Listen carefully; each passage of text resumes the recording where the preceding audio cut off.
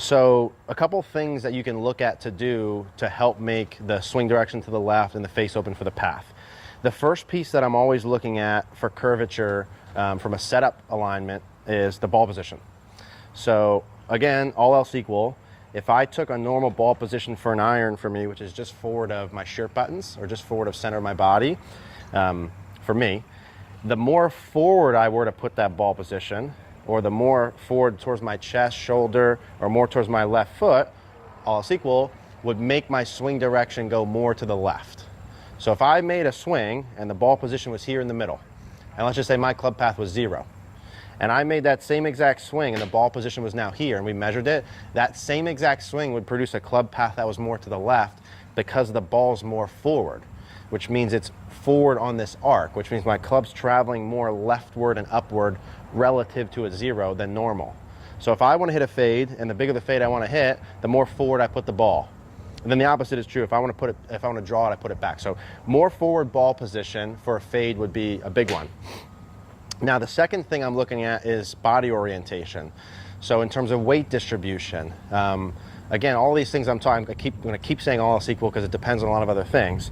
During my swing, the more pressure or weight or mass of me that I have to the right or not left correlates with a swing direction that would go to the left.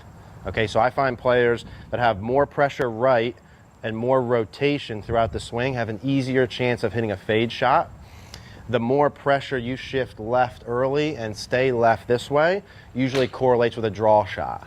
So again, another thing for a fade shot, more weight on the right foot throughout the swing, less shift into the left would correlate with a fade shot. And the last piece, because this is very thorough, is the body orientation relative to the ground. So if I wanted to hit a fade, and this goes along with the weight kind of more back, more rotation, if I wanted to hit a fade, the inclination of my body to the ground.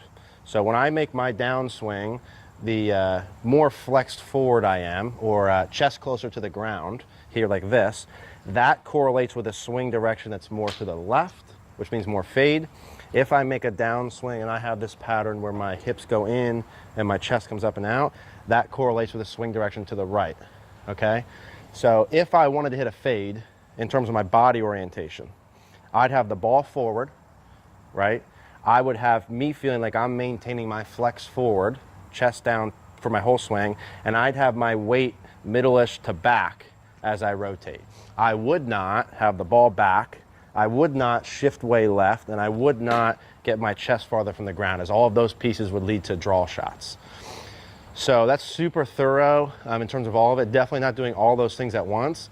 Those are all the literal answers. Now I want to guide you through just a small, quick, practical application of like how would you start to do these pieces.